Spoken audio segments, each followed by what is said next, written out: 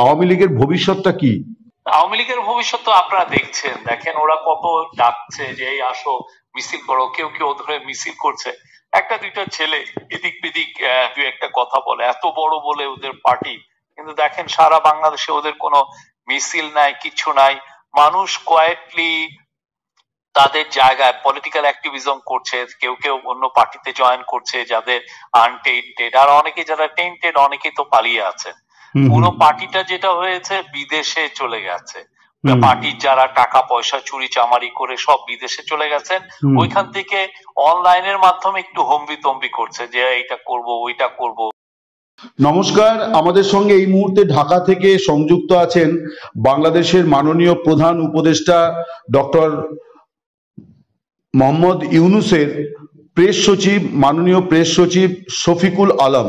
আমরা তার সঙ্গে কিছু সময় সাম্প্রতিক রাজনীতি এবং প্রধান উপদেষ্টার প্রতিনিধি দলের যে ব্রিটেন সফর, এই সম্পর্কে আমরা কিছুটা কথা বলবো। মিস্টার আলম, আপনাকে অনেক ধন্যবাদ এবং কৃতজ্ঞতা ওয়ালের পক্ষ থেকে।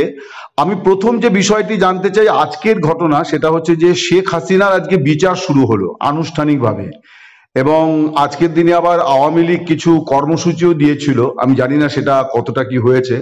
তো আপনাদের সরকারের কর্মসূচির মধ্যেও আছে যে বিচার, আওয়ামী লীগ বিশেষ করে শেখ হাসিনা এবং আওয়ামী লীগের 15 বছরের অপশাসনের বিচার, আজকে শুনানি শুরু হলো। তো এই বিষয়টা যদি বলেন যে সরকার ঠিক কি চাইছে।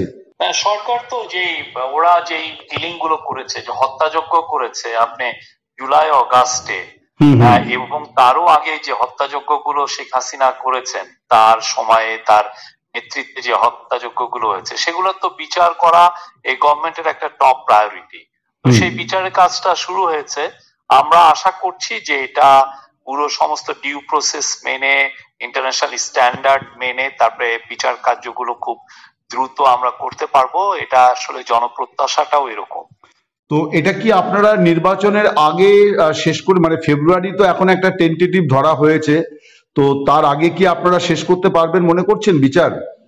এটা তো আমরা ফিক্স করে দিতে পারি না, কেননা আইন তো তার নিজস্ব গতিতে চলে। বাট আমাদের চেষ্টাটা থাকবে যত মানে এগেন ডিউ প্রসেস এবং পুরো ট্রায়ালের যে ইন্টারন্যাশনাল যেটা স্ট্যান্ডার্ড আছে সেগুলো মেনে যত দ্রুত করা যায়। আপনার কি মনে হয় যে আওয়ামী লীগের ভবিষ্যৎ, মানে ইতিমধ্যে আপনারা তাদের কার্যক্রম নিষিদ্ধ করেছেন এবং এই ট্রাইব্যুনালকে ক্ষমতাও দেওয়া হয়েছে প্রয়োজনে আওয়ামী লীগকে তারা নিষিদ্ধও করতে পারে, এবং আওয়ামী লীগের যে রাজনৈতিক পরিস্থিতি, তাতে আওয়ামী লীগের ভবিষ্যৎটা কি? আওয়ামী লীগের ভবিষ্যৎ তো আপনারা দেখছেন, দেখেন ওরা কত ডাকছে যে এই আসো মিছিল করো, কেউ কেউ ধরে মিছিল করছে, একটা দুইটা ছেলে এদিক বেদিক দু একটা কথা বলে, এত বড় বলে ওদের পার্টি, কিন্তু দেখেন সারা বাংলাদেশে ওদের কোনো মিছিল নাই, কিচ্ছু নাই। মানুষ কোয়েটলি তাদের জায়গায় পলিটিক্যাল অ্যাক্টিভিজম করছে, কেউ কেউ অন্য পার্টিতে জয়েন করছে যাদের আনটেন্টেড, আর অনেকে যারা টেন্টেড অনেকেই তো পালিয়ে আছে। পুরো পার্টিটা যেটা হয়েছে বিদেশে চলে গেছে, পার্টির যারা টাকা পয়সা চুরি চামারি করে সব বিদেশে চলে গেছেন, ওইখান থেকে অনলাইনের মাধ্যমে একটু হম্বি তম্বি করছে যে এইটা করব ওইটা করব, কিন্তু আসলে যেটা কি আপনি এত বড় একটা খুন করার পরে, এত বড় একটা হত্যাযজ্ঞ করার পরে, এবং আপনি এই যে প্রায় 16 বছরের যে অপশাসন, সেখানে খুন গুমের রাজত্ব কায়েম করার পরে এবং করাপশনের রাজত্ব কায়েম করার পরে মানুষের আসলে তাদের প্রতি কোনো সিম্প্যাথিও নাই, তাদেরকে সাপোর্ট করার লোক আমি সত্যিকার অর্থে খুঁজে পাই না। দুই একটা ডায়াসপোরাতে আছে যারা বিদেশে টাকা নিয়ে গেছেন, আপনি ব্রিটেনে দেখেছেন বা অন্যান্য ইন্ডিয়াতে আছেন, ওরা নিজেরা বসেন চুপচাপ থাকেন, এই তো দেখছি। আর ইন্টারনেটে এসে অনেক এই করে ফেলবো ওই করে ফেলবো, ওই ইন্টারনেটে পর্যন্ত, এর বাইরে আর কিছু না। আর তার মানে আপনি বলছেন যে বাংলাদেশ আওয়ামী লীগ এই নামটা এখন ছোট হয়ে শুধু আওয়ামী লীগ হয়ে গেছে, মানে বাংলাদেশে আওয়ামী লীগটা নেই সেই অর্থে।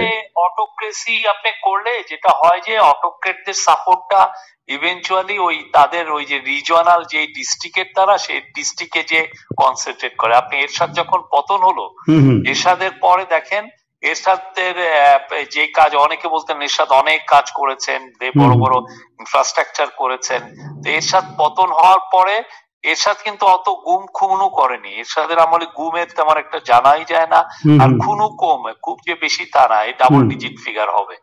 তো এরশাদের আমলের এই পুরো এরশাদ পরবর্তীতে আপনি দেখেন তার পুরো যে পপুলারিটি ওটা কনসেন্ট্রেট হয়েছিল রংপুর ডিস্ট্রিক্টে, যেটা এখন ওদের এখন একটু শক্তি আছে ওখানে।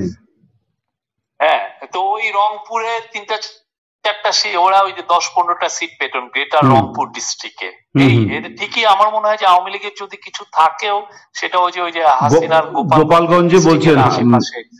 আচ্ছা, মানে আমরা দেখি না কেন, আপনি এত বড় হত্যাযজ্ঞ, এত বড় অপশাসন মানুষের তো মেমোরিতে আছে। আর এইবারের যে হত্যাযজ্ঞ, এগুলো তো সবার হাতে হাতে ভিডিও আছে, কিভাবে খুনগুলো হয়েছে, বাচ্চা বাচ্চা ছেলে মেয়েদের কিভাবে খুন করা হয়েছে। সাবেক স্বরাষ্ট্র ইন্টারন্যাশনাল কমিউনিটিও দেখেন, এই যে ইউএন এর রিপোর্ট করার পরে ইন্টারন্যাশনাল কমিউনিটিও দেখেছে কি ধরনের, এই যে আপনি ওদের যদি 127 পাতার যে রিপোর্টটা যদি আমি পড়েছি অনুরোধ করবো, হ্যাঁ, এটা কি ভয়াবহ একটা হত্যাযজ্ঞ করেছে। এরপরে আমার মনে হয় না এই পার্টি কি, আমরা তো তাদেরকে তাদের কার্যক্রম নিষিদ্ধ করেছি, কিন্তু মানুষের কাছে এই পার্টিটা থাকবে কিনা আমার সন্দেহ আছে। আমি আরেকটা বিষয় একটুখানি জানতে চাইছিলাম, সেটা হচ্ছে যে মানে আজকে তো বিজ্ঞপ্তি দেওয়ার কথা বলা হয়েছে খবরের কাগজে ট্রাইব্যুনালের তরফ থেকে, তো শেখ হাসিনা ভারতে আছেন, তো এই বিষয়ে কি কোনো অগ্রগতি আর কিছু হলো, মানে ওনাকে ফেরত মানে ইয়েতে বাংলাদেশে ফিরিয়ে নেওয়া? আমরা তো বেশ কিছু কয়েক মাস আগে তো নোট ভার্বাল একটা দিয়েছিলাম, ঠিক, এরপরে আমার আসলে আপডেটটা নেই। এরপরে তো আমরা আমাদের যেগুলো লিগাল ইনস্ট্রুমেন্ট আছে সেগুলো সেই অনুযায়ী এগোবো, সেভাবে আমার কাজগুলো থাকবে। অবশ্যই আমরা তার এক্সট্রাডিশন চাবো, সেই জন্য এসে এখানে ট্রায়াল ফেস করতে পারেন, দেন কোর্ট উইল ডিসাইড।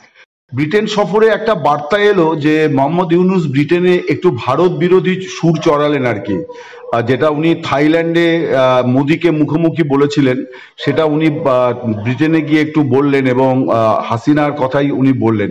মানে একদিক থেকে তো আপনারা সম্পর্ক স্বাভাবিক করার কথা বলছেন, আবার ভারতের দিকে অনেক মানে ভারতকে অনেকটা কাঠগড়াতেও তোলা হচ্ছে, তো এই বিষয়ে বাংলাদেশ সরকারের বক্তব্য যদি আপনি একটু বলেন, একটু বিশদে ব্যাখ্যা করে। আমি ওনার বক্তব্যের মধ্যে ভারত বিরোধিতার কথা আমি তো পাইনি কিছু। আচ্ছা, আমি জানি না আপনারা কিভাবে পেলেন। যেমন উনি বারবারই বলেছেন যে শেখ হাসিনা এখান থেকে মানে নানা রকম উস্কানিমূলক মন্তব্য করছে, নরেন্দ্র মোদী তাকে থামাচ্ছেন না, এবং নরেন্দ্র মোদী তাকে বলেওছেন। এখন ভারত সরকারের বক্তব্য, একান্ত বৈঠকের অনেক জিনিসই অফিসিয়াল ইয়েতে ব্রিফিং হয়, তার বাইরে এটা বলাটা হচ্ছে শিষ্টাচার বিরোধী।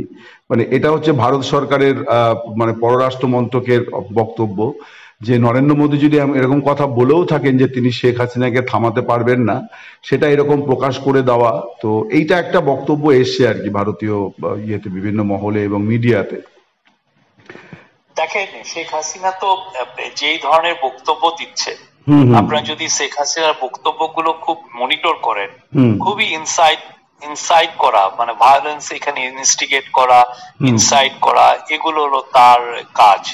হ্যাঁ, তার প্রতিটা দিন এই কাজগুলো করছেন প্রায়ই আপনি দেখবেন।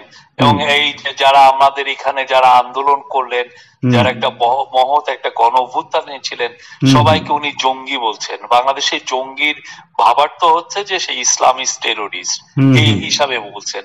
তো এটা প্রতিদিন আপনি যদি বলেন তাহলে মানুষের মনে কি প্রতিক্রিয়া হতে পারে আপনি বুঝেন। দেশের 18 কোটি মানুষ, এবং প্রতিদিন উনি এইগুলোকে দেখে নিতে হবে, এদের বাসায় যে খুঁজে বের করে ইয়ে করতে হবে অনেক। আপনি যদি কথাগুলো তাকে খুঁজে, আপনি যদি খুব সিরিয়াসলি তার বক্তব্যগুলো শুনেন, তাহলে বুঝবেন যে কি ভয়ানক স্পিচ উনি দিচ্ছেন। তো সেই প্রসঙ্গটাই এই কথাগুলো বলা হয়েছে। অনেক অনেক ধন্যবাদ, আপনি অনেক ভালো থাকুন। কৃতজ্ঞতা, অনেক ধন্যবাদ।